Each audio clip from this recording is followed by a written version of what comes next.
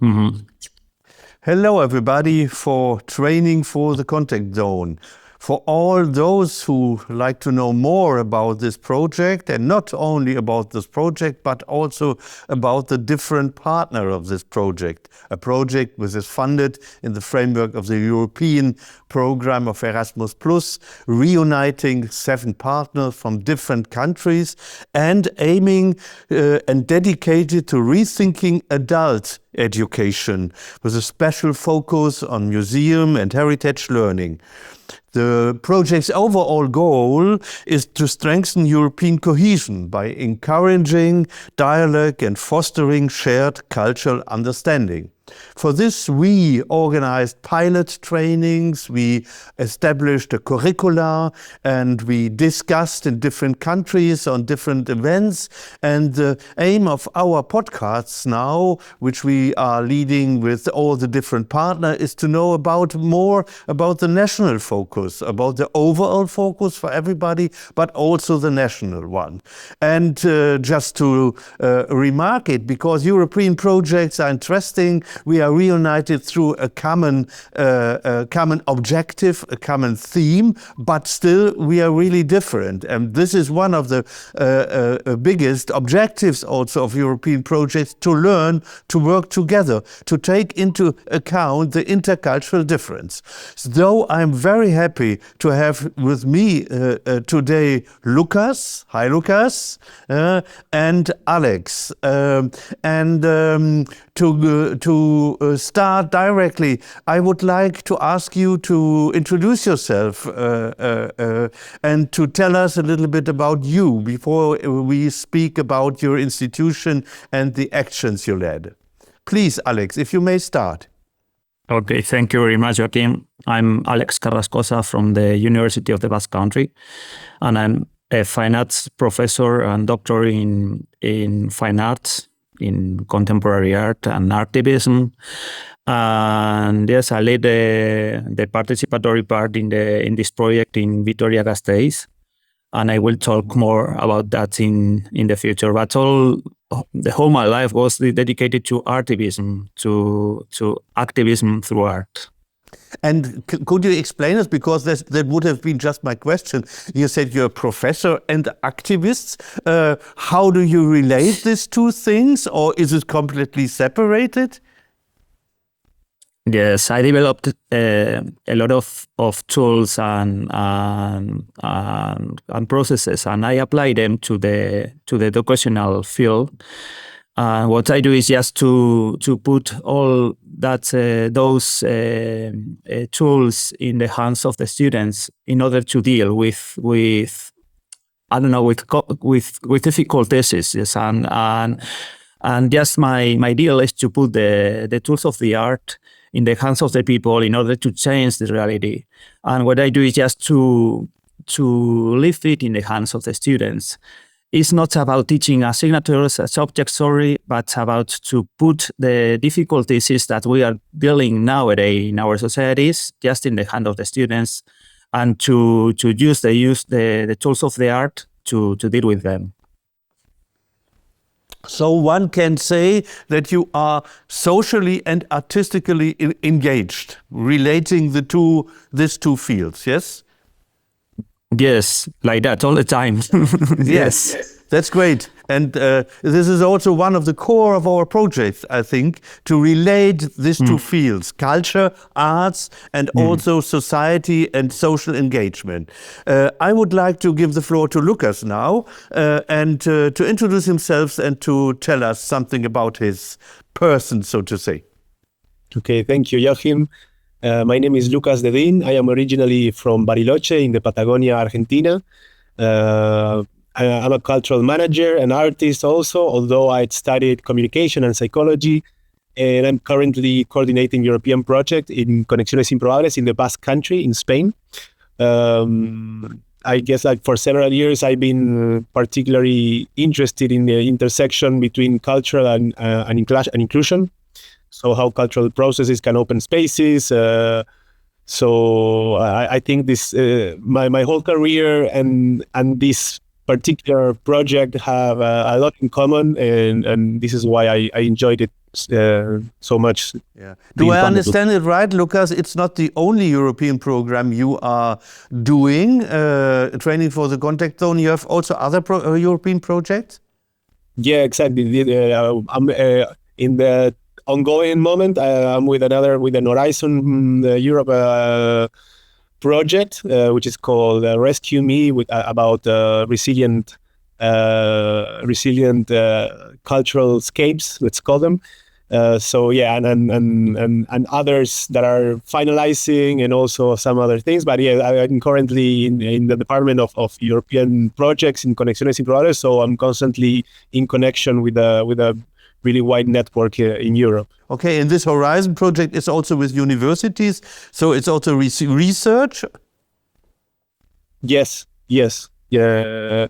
There is some part of research, and there is also part of taking action and making workshops, and also some community engagement. So imagine in this other project, Rescue Me, we are working on how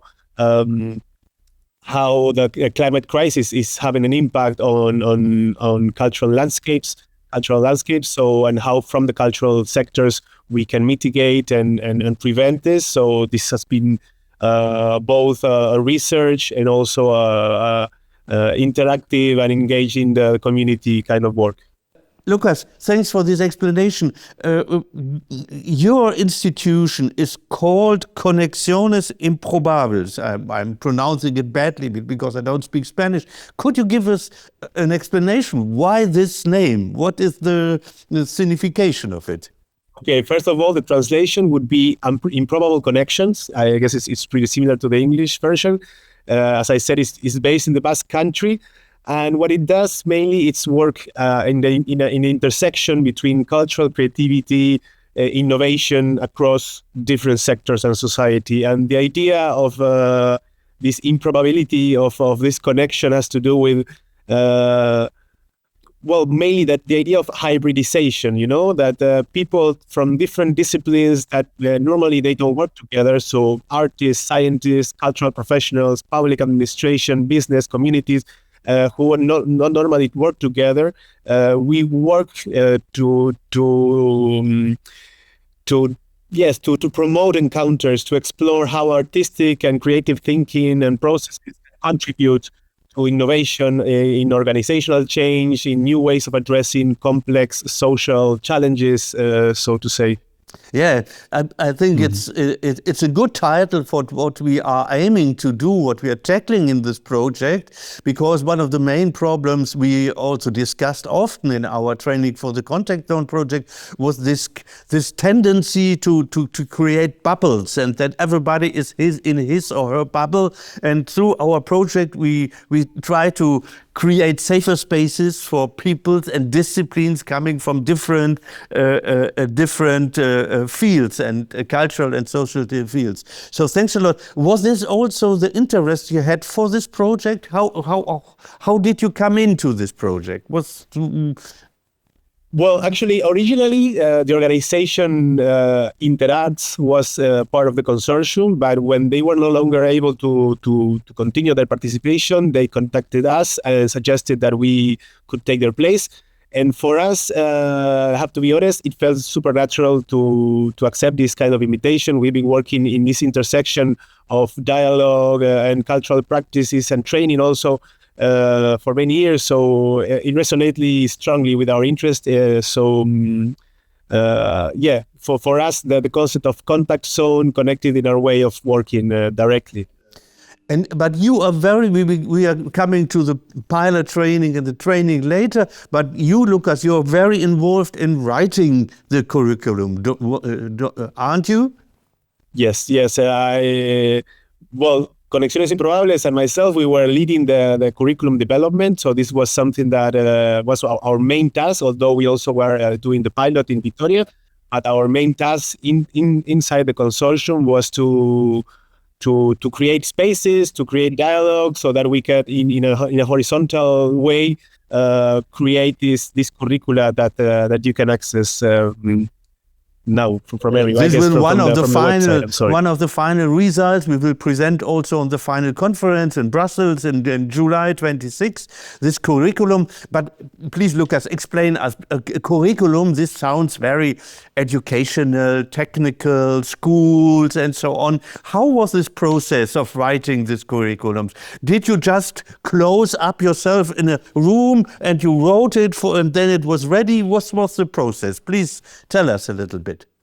I think that it was very important creating for us a space of dialogue within the consortium itself. So, as you know, each organization comes from different contexts, works with different communities, different countries. So we wanted a curriculum that could reflect, that it actually needed to reflect this diversity.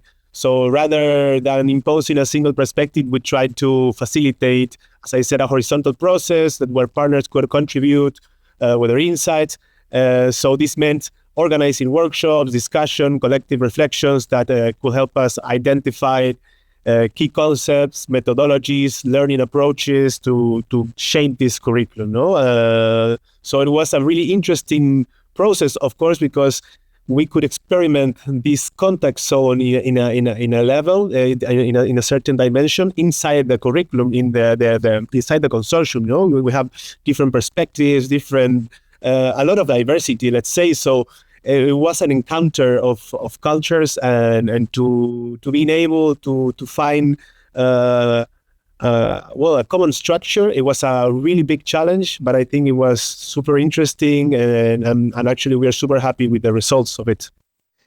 This is a moment to say that the lead of the project is H401, an institution in Amsterdam, and we have different partners. You, Conexiones Improbables, but we have also a partner from Greece, from Germany, the Goethe Institute, and from Portugal. And I could give other examples of partners. So everybody has his own, as you said, community, its own focus, public, and so on. And the big challenge was in this project to bring together all this. And what is the curriculum aiming to do in the end? Where should we use it for? What do you think? What is your opinion about it?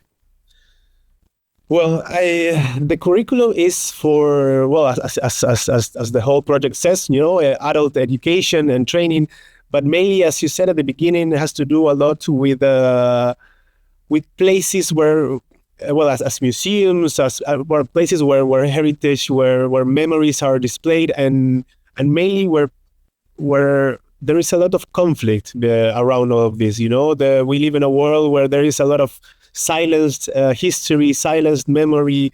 There is a lot of tension that sometimes ends up in conflicts, as we see every day in the world. So we wanted to build a curricula that could in some way teach or be side to side with mediators, with the personnel from museum, for people who are having a little community project to a big one that could be helpful for them to be in this place, in this place that we call the contact zone, which is sometimes we could consider a frontier as something that divides, but also a frontier, I think, that it's a place where things will cross eventually, and if I can say it right in English, but cultural perspectives, arts, creativity has this capacity of I don't know how to say this word in English, but porosity, the ability to cross even where there is a lot of tension. So we wanted to facilitate a common structure so that any mediator in the world could read this and have new tools, new methodologies, new perspectives, new questions mainly, so that when they are approaching some tension, some conflict moment, that they could be mediating. We don't want to avoid conflict. We want to be in the conflict with respect, with this perspective of democratic building, democratic building democracy, basically.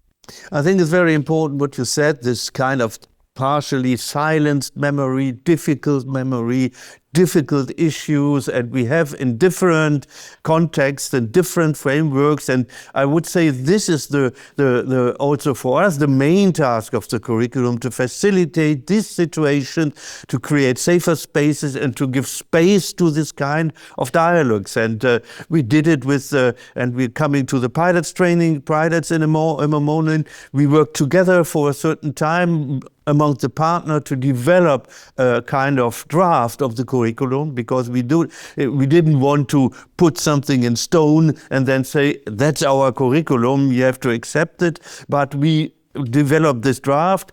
Thanks to you, Lucas, to your big part of it. It was really great work, a great job you did. And it's very important to underline the double participatory aspect of it. Participatory amongst us, the partner, but also then doing the pilots with focused communities who could also express themselves, saying, okay, I find this is a good thing, this is not a good thing. So this is the basic point. And for instance, me representing the Goethe Institute, the German partner, we focused on the Roma community and the Romanian society in Romania, which is very important to bring these two aspects together. And now I want to talk to Alex and ask him, how did you conceive your pilot trainings? So we had different pilot trainings. One took place with your institution, one, as I said, with the Goethe Institute in Romania.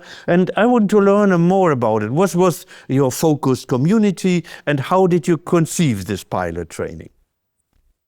Yes, thank you, Joaquin.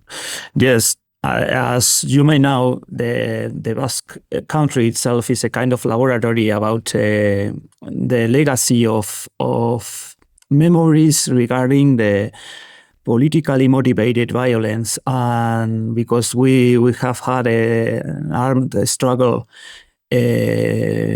from the late 50s until 15 years ago. So most of our generations have suffered a lot of silence and that kind of direct impact of the violence or indirect one. Yes, so we are a kind of laboratory in order to explore that kind of dynamics regarding cultural mediations, facing also conflicting legacies. Yes, and so what we did was to organize, to structure the sessions into the training into 3 days and 3 dimensions: the past, the present, and the future. And along with that, we visited 3 places. The first of it was a virtual visit, but the other 2 were in person. So we visited a place regarding the past, another place regarding the present, and the last one regarding the future. So during the session on the past, we dealt with the uncomfortable legacy of the Francoist dictatorship, yes, which is present in two dimensions. The physical legacy itself, which is visible in monuments and public buildings and in civil architecture also, and the psychosocial legacy that affects 2 generations, my parents' generation and my grandpa's generations, because of the silence marked by the dictatorship. I will say in 3 levels of violence: the direct repressive one, the structural institutional level, and the cultural identity level. As you may know, the Basque people were really repressed because of Francoism. We had a really rough struggle trying to defend our language and our cultural futures. Nowadays, that struggle is also present in many facts. And during the present, what we did was just to deal with those different narratives. One from the Spanish state, which is I would say the point of view of the police of the the more institutional level, in a kind of a state nation like Spain, which was historically hegemonic and as every state nation tries to maintain that hegemony everywhere, yes, and so we deal with the different narratives that are just fighting against each other. The struggle of narratives, cultural conflict, and those opposing points of view regarding maybe the most institutional level from the Spanish state and another social level. And what we did just was to visit the museum memorial of the victims of terrorism, which presents more than the perspective of the victims themselves. It presents a kind of point of view just designed by the policemen. And it's really interesting to see the way that they see the conflict itself.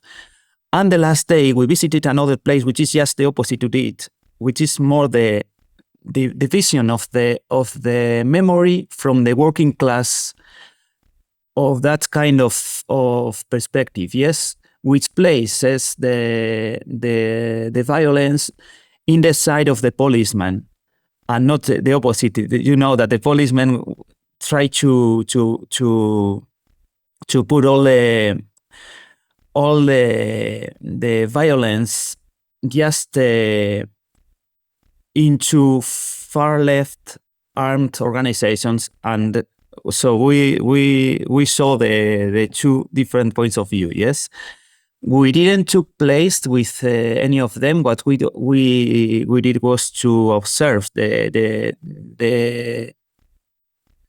tools of the resources each of them uses to set their own narrative, and that was really interesting to us to identify the features of the characteristics of the cultural mediators. When you need to face a kind of conflicting situation, a conflicting legacy, it could be a kind of physical architecture from the architecture or whatever, but it could be also social. And when you are facing that kind of conflicting legacy, the idea is just to identify what people are you in front of, what people are you talking with, and not to take place just regarding that legacy. And the idea is just to take into account that those legacies themselves have a lot of load of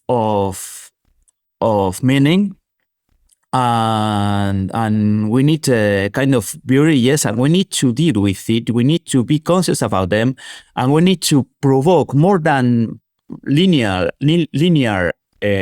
speeches. We need to promote dialogue just around those spaces and legacies. So that was what we did was just to use our own reality as a kind of laboratory to identify the different narratives and to put ourselves just in the place of cultural mediators in order to identify the features of the qualities of the skills we need to have in order to face that kind of difficult legacies, or I don't know how to say, cultural artifacts. Yes.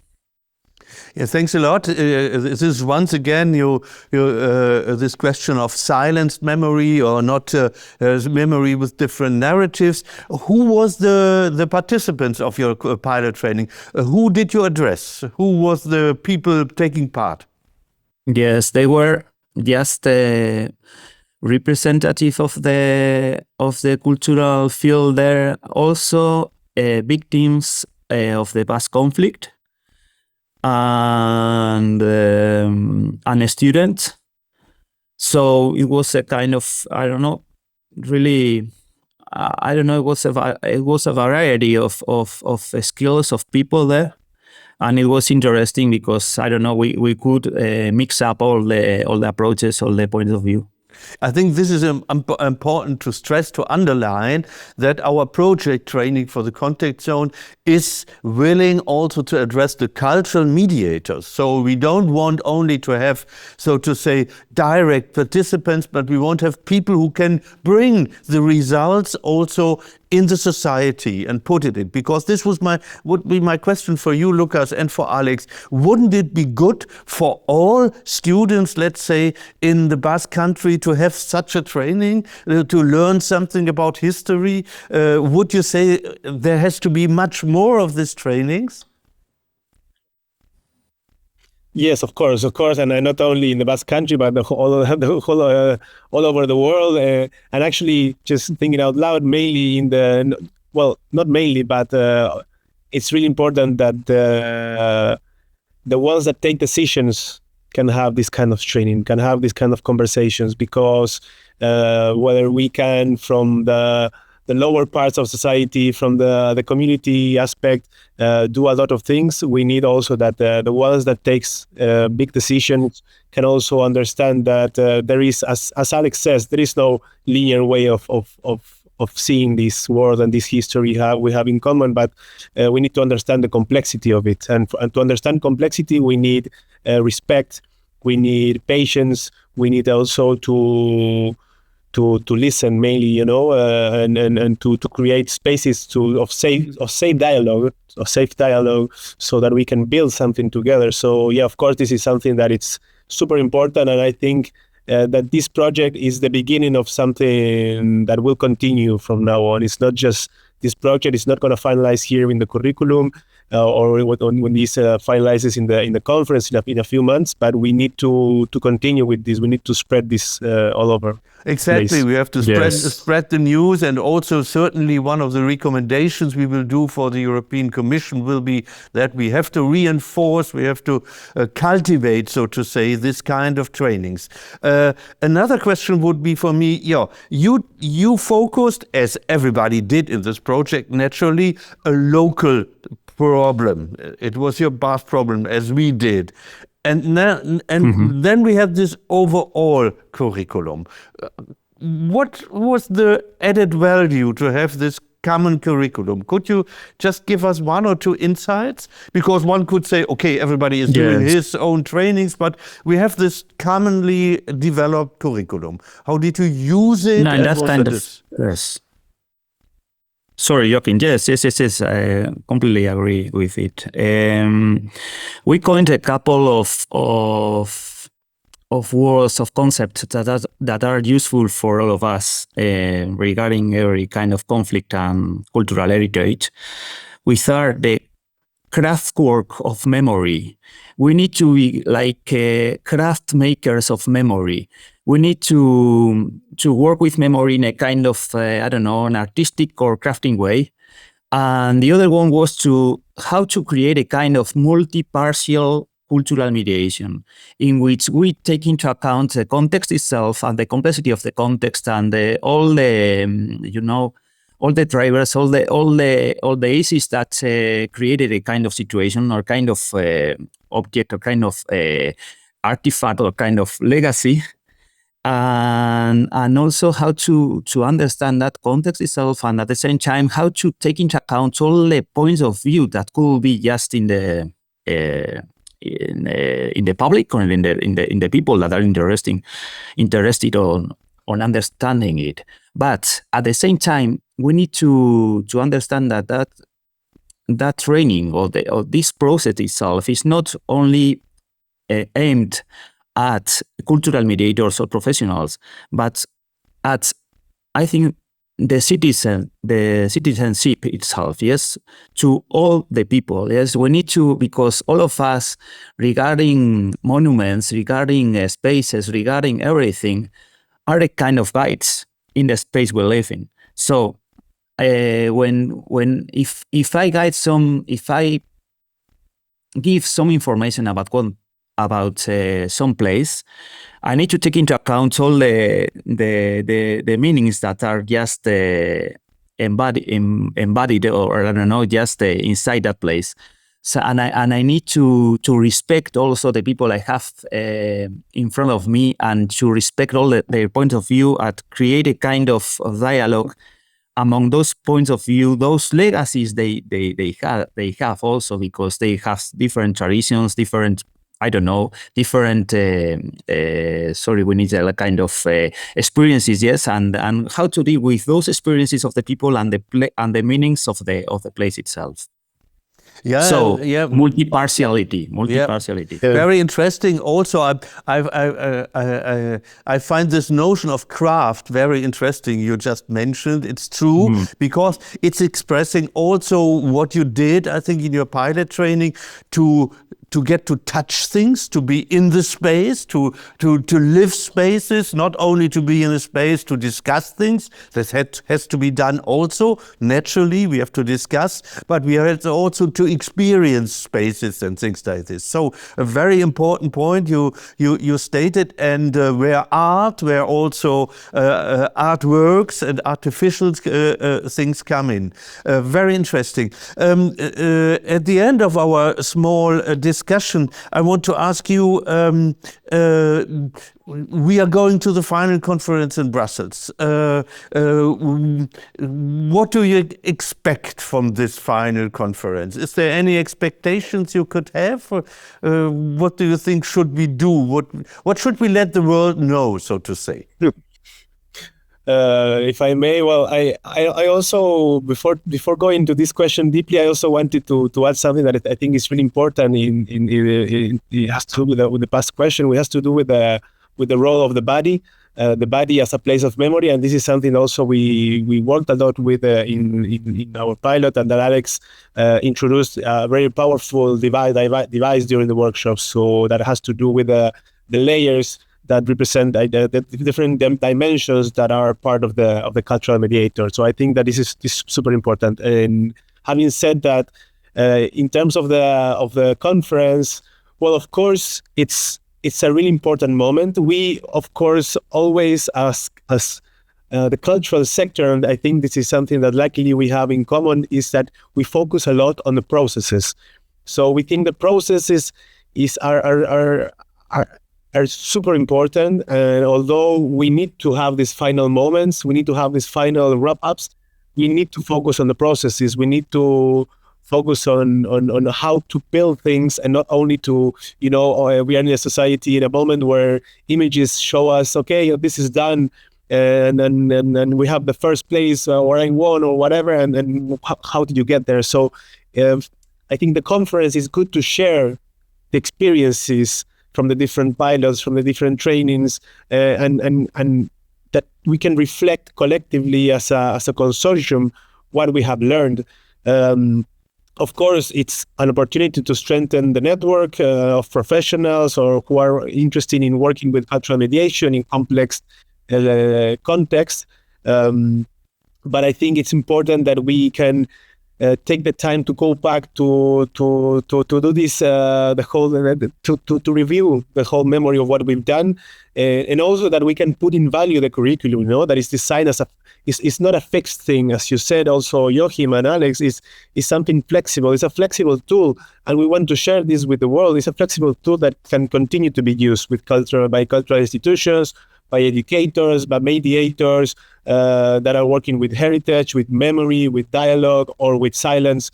So here in the Basque Country, for instance, we are already exploring ways to continue implementing this training in different local contexts. And I think the idea of the conference and of getting together is to promote this, to make to encourage different territories to use this tool, to reshape it, to take what they think is useful, so that we can actually feel that, and then that we can actually put all of this out there in the world, and we don't just keep it inside these 6 partners, then 2 years of intense working. Exactly. Thanks for these explanations, because it's true. It's not only the topics we focus. There are many topics, many different topics. You are Lucas from Argentina. I'm from Germany. You're working in Spain. I was working in Germany. If I would go back to Germany, I would know where to use the curriculum. There are many things which haven't been said about family secrets and things like on related to the Second World War and so on. Is there one topic, Lucas, you would focus going back to Argentina now? Yeah. Actually, for me, it was super interesting being a migrant here. I came to Europe 4 years ago, and when I first started this project in particular, I said to myself, I need to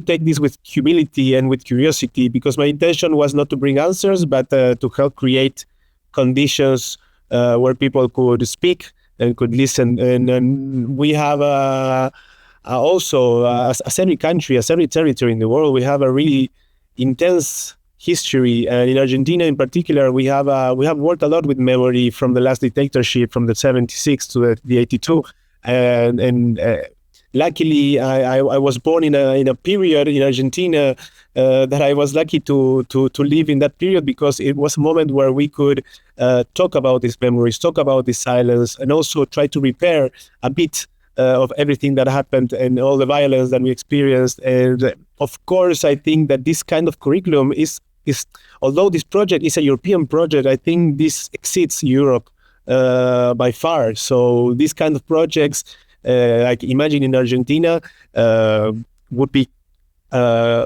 happily received, because we need to talk about things we don't want to talk. So we need to create spaces to talk about things we sometimes know that if we bring these subjects in a family meeting, is going to ruin the whole family meeting. So maybe it's not that's not the best place. Sometimes it is, but what we want to do with this kind of project is create spaces so that we don't live with these silenced, violent memories, not talking about them, not being able to discuss about our feelings, our history, as a worldwide community, as a worldwide species, let's say. Yeah. At the end, you made a very important point. We didn't talk about it, but this leads me also to my last question to Alex. Is this the point that when you hear about curricula, you're thinking about teaching? So somebody standing there and teaching people how to do.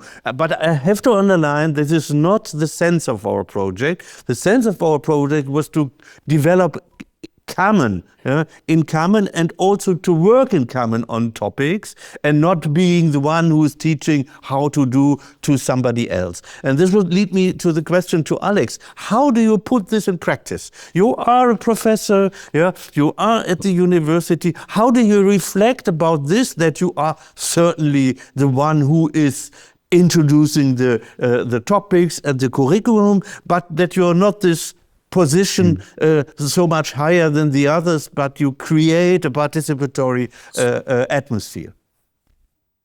Yes, Dankeschön, Joachim. Joachim, sorry, I'm just spelling.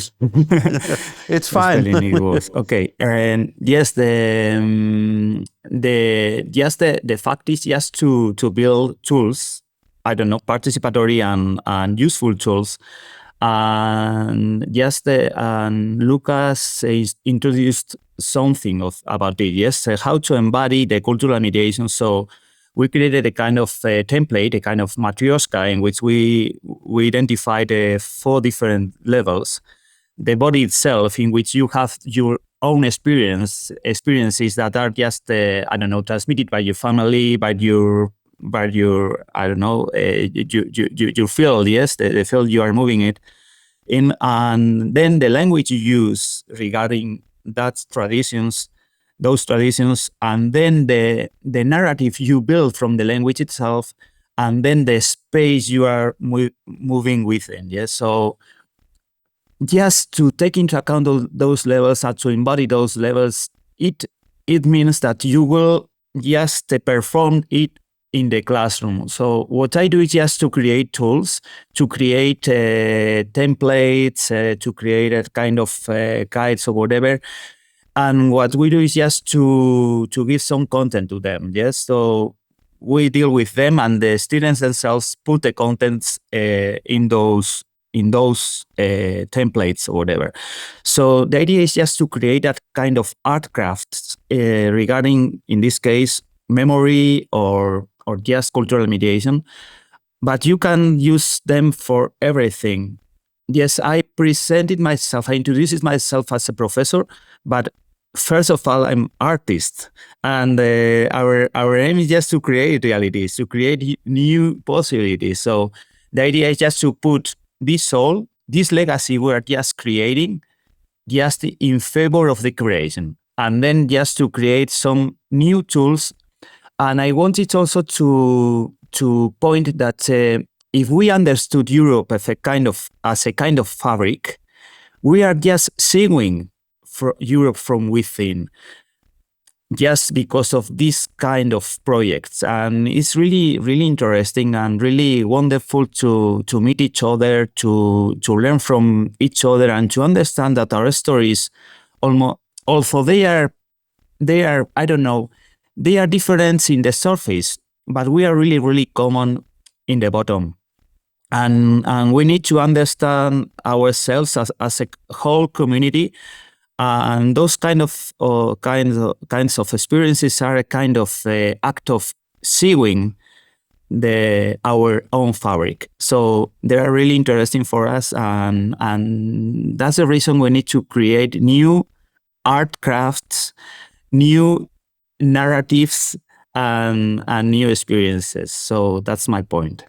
This was very beautiful words, Alex. Thanks a lot for this. And I think you really underlined the important points that on the surface we are very different, but in it whole we have similar problems, and we have to exchange about it. We have to create community, respecting our diversity. And for this, I fully agree with you. A project like this is very important. And I'm happy to having talked with you, because I learned a lot also today about what you did. Naturally, we know from each other, but this more intensive, this more detailed insights were very nice and instructive for me. So I'd like to thank the both of you very much for the time you spent with us, with me, wishing you luck and success for your further activities, and hoping that our training for the Contact Zone curriculum will be applied much more open in the future. Thanks, Alex. Thanks, Lucas. Thank you very much, Joachim, for this conversation and for the opportunity to reflect about our experience in the whole project and the training and the curriculum. So, yes, if this project helps cultural professionals to feel more confident, I think in facilitating spaces of dialogue, I think that we have achieved something truly meaningful. So let's hope this goes this way. So thank you so much. Yes, thank you. Yes, vielen Dank schön, Joachim. Ja, danke. Bye. Muchas gracias. Gracias. Ja.